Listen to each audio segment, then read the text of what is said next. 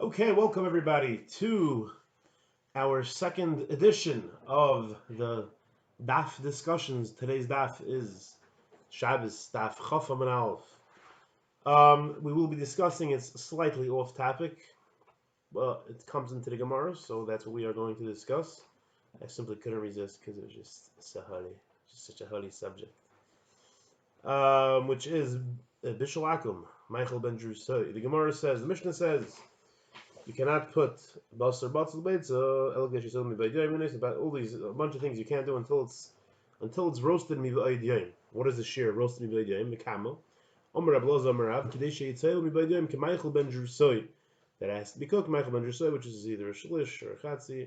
Itmar nami Omer Rav Asi Omer Rav Yechon Kolshka Michael ben Drusai. So too similarly we find anything which is Michael ben Drusai ein boy mishulin achrim, which means if a yid cooks something halfway, Michael ben Drusai, whatever this year is, a shlish, and then a guy finishes the rest, there's no problem with Vishalakim since the main part, or the first part, was done through a yid. Now the shit of Chananya is that it's no Sashia wants something which is cooked Michael ben Drusai. Now the Gemara is mashma that our Mishnah is the sheet of Chananya.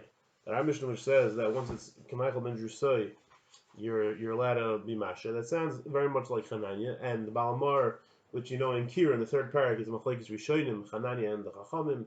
If you're allowed to be masha something which is not gar for the Katam, Michael ben Drusai. So the Balamar brings a riot from this Gemara, which brings down Chananya, that you pass like Chananya. Now the Rishonim try to miyasha the sheet of the Rif because the Rif does bring down this memra over here of Michael ben Drusai, although he himself doesn't pass like Hananya. So there are various explanations. The Ramban, he tries to say that this Gemara is talking about something which is on Al Gabi Gecholim, it's more kuladik.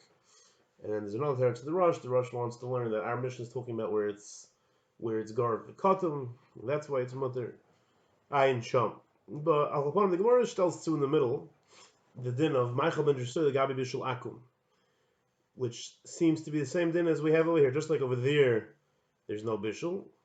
So over here, there is no bishul by Shabbos, which the truth is very different because Shabbos, the Isser is not because of bishul per se. It's Shem Echata B'Cholim, which Bepashtas is Isser of Havara. In other words, so even if halachically speaking, once something is cooked to Michael ben Drusai, there's no longer bishul, which does appear to be the Shita of Men Rishonim, including the Rosh and Simon and Aleph in the third parak, but it could still be Aser because of Havara. So why exactly the Gemara brings it down? You have to say, well, that the Gemara is simply is just trying to compare the two. That you see the concept that Michael ben Drusai is considered cooked. So Memela, just like over there, it's cooked. The guy Bishalakim, so too over here, since it's cooked, there is no shash that somebody is going to be mechata b'cholim. Not that there is no bishul. We don't care about bishul. We care about chitoy. Although Rashi does seem to learn shemichata b'cholim is only midin bishul, because Rashi holds that bishul is even he holds yesh bishul achar bishul. But we're not going to discuss that any more length now. Perhaps a different day we will discuss it. What I want to just discuss is this concept of Michael ben Drusai. Now, this din of Michael ben Drusai about bishul akum is referring to a case where the yid cooked it to Michael ben Drusai, and a guy finished it. Now the shadow would be, what about the other way around? That a guy cooks it to Michael ben Drusai, and then a yid finishes off the bishul. So the Shulchan Aruch in Yerdei Kufi Gimel Siftes says in bishul of the Kechavim ki Michael ben Drusai v'gomroi Yisrael yesh leser, it's aser. So he says, just like we find Michael ben Drusai is if a yid cooks it, it's finished, it's mutter. So you see the bishul is nigmar after it's Michael ben Drusai. So therefore, even if a guy cooks it, and then a yid finishes it, it's too late. That's what the Mechaber Paskins, and he's quoting the sheet of the Rashba and the Ran. If you look at the Beis Yosef and the Be'er Hagoylo, the Ramos says v'yesh matir mechol inin tur b'shem Rosh. The Rosh and Avodah Zarah say he disagrees. He says that you could use Michael ben Drusai kula in both ways. That just like if a guy cooks it, if a yid cooks it to Michael ben Drusai and the guy finishes his mutter, who would the other way around as well? The reason being because although Michael ben Drusai has it in bishul, but the other way around also has part of the bishul. So if the guy does part of it, that's not a problem. Now, so you could the shaila is also the shaila is what's Bama Pligi over here, and then there is another shaila which is very interesting because the Mechaber in Sif Tezayin says Kalim Shabishal B'Hem Oivek Echavim Yesh Tzrichem Hechsher. They need to be machsher. You need hechsher kelim. So I had a shaila, and this the Ramah doesn't argue. So the shaila has bothered me for a long time. That even let's say you go with the Rosh, that once a yid does that, even if a guy does part of it, you could change it if a yid finishes it. But still, since when the guy cooked the Michael ben Drusai that made blias, that was also b'shas was Michael ben Drusai. It was aser.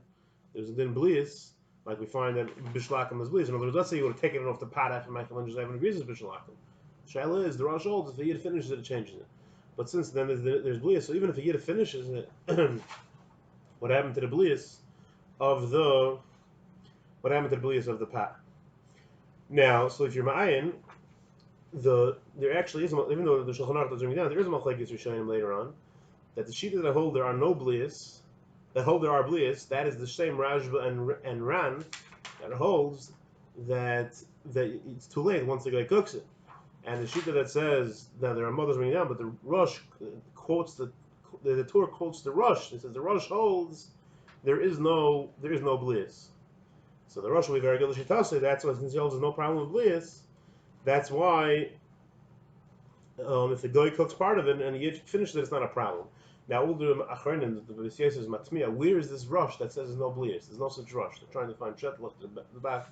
There's no such Rosh.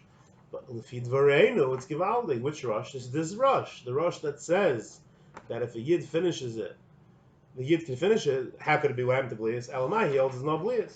So this is the mark of his Pari exclusive, being Miyasha, the Kash, the Beis Yosef, of what's the Makar for the Rosh.